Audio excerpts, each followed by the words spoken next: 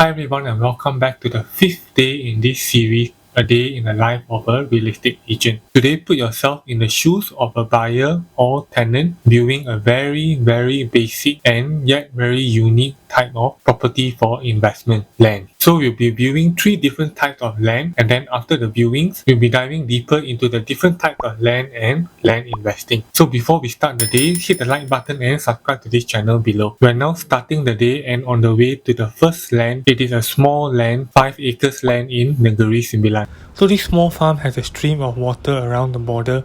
There are tube well and 6 reservoir tanks installed in the land, all for irrigation. To make full use of the flat top and undulating terrain down, 2 acres of chili with cucumbers and serai are planted at the top of the flat hill. Then durian trees consisting of musang king and blackthorn are planted around the undulating slopes. And then for the boundaries are also securely fenced with drain and trenches.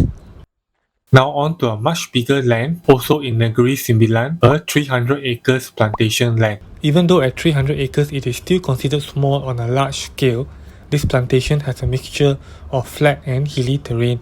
There's even a small stream flowing through the land. On the land there is a mixture of rubber and oil palm trees. Then in terms of the age of the trees range from young to old trees.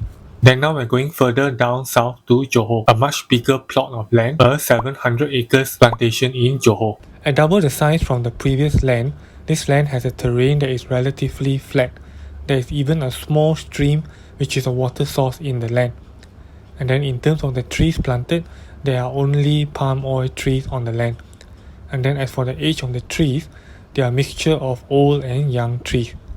So that's how it's like a day in the life of a real estate agent viewing land. When it comes to looking for land in terms of the location, in Malaysia here, some investors will prefer the northern region, like in Perak, Kedah and Penang. Some investors will prefer the central region, in Selangor, Kuala Lumpur area.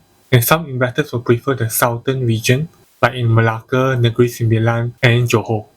From Kuala Lumpur to Negeri Sembilan and Johor, all these viewings generally take a day driving up and down. So when it comes to land investing, there are 4 categories of land zoning: agricultural zoning, residential zoning, commercial zoning, and industrial zoning. And to know more about zoning, I'll put the links above and below, where I did another video previously about how to find the land zoning. So going back to the 3 lands that we viewed earlier, the lands that we viewed are agriculture type. The owners have planted plants, crops like cash crop, durian, rubber trees, oil palms on the land. To know more about land plantation, I'll put the links above and below as well. So you see, when it comes to investing, whether it's for residential property, commercial property, industrial property, and land, each have their own set of criteria to fulfill. So for land investors, generally these are the frequently asked questions. And if you're thinking of getting into land investing or starting a land plantation, these are some basic FAQs that you like to take note as well. Whether it's residential, commercial, industrial, generally and firstly, the client will ask whether the land is freehold or leasehold. Is the distance from the main road. So of course, if the land is next to the main road, the better it is for transportation, logistics and security. If the land is deep inside, that means the land is not next to the main road, whether the land is like 2 kilometers, 5 kilometers, 10 kilometers or more from the main road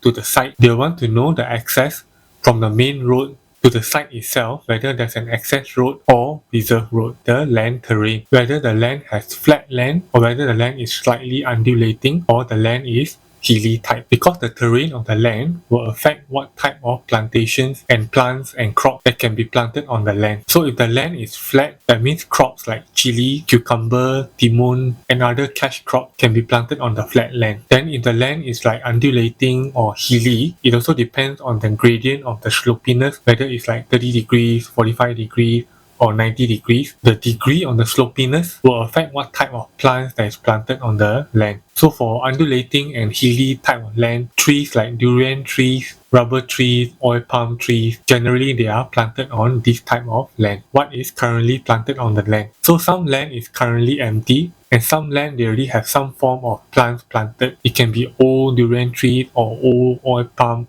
or old rubber trees. If the land is empty in the sense that the land is completely empty, or the land only has jungle trees, basically all they need to do is just plant new crops on the land or remove the jungle trees. If the land currently has plants, whether it's rubber trees or old palm trees or durian trees, then they'll take into consideration the age of the trees and whether they need to replant or remove the trees and plant new trees on the land, the water source. Generally, investors would like to know the nearest water source. Of course, on the land itself, the better it is. And water source I mean by lake or pond, natural or man-made, stream or river, or water plant like air Selangor. Because for water, the investor will need to think about the irrigation system, how to pump the water from the land itself or from other lands nearby with other owners' electricity source. So investors will need to know the nearest electricity source. If there's no electricity source, then they'll need to rent or get a generator to power the electricity on site. If there's a nearby electricity source, then they'll need to know about like the electricity pole, high tension tower, and nearest power station. These will affect the costing to extract the source, whether it's water or electricity, to the site, the number of owners and titles. So the land may be a big land, but there are so many titles and so many owners. So I understand why some buyers they ask this question, and I think this is to help them to understand and to prepare for the complexity of the transaction, because more owners and more heads involved and more decision making when it comes to finalizing the transaction. And more plots and more titles, that means higher cost to acquire the land. So in some cases, let's say the land is 500 acres, that 500 acres may only be in one title or made up of a few titles to make up 500 acres. So there may be a 10 acre, 100 acre, 20 acre, 50 acres, 200 acres and so forth to make up the 500 acres. Sometimes the land may be small, but there's only one owner or a few different owners, or sometimes the land may be big, but there's only one owner and one title, or there are so many pieces of land to make up the big piece of land, and in each title there may be only one owner or a few owners in each title. So these are some basic FAQs. Of course, it can get deeper. Some investors will want to know and ask about the boundary of the land, the security, and the returns or investment potential on the land. So that's it for today. I hope you learned something from today's A Day in the Life of a Real Estate Agent. Don't forget to share it, like this video, and subscribe to this channel below to stay tuned for more real estate, investing, finance, and home tips.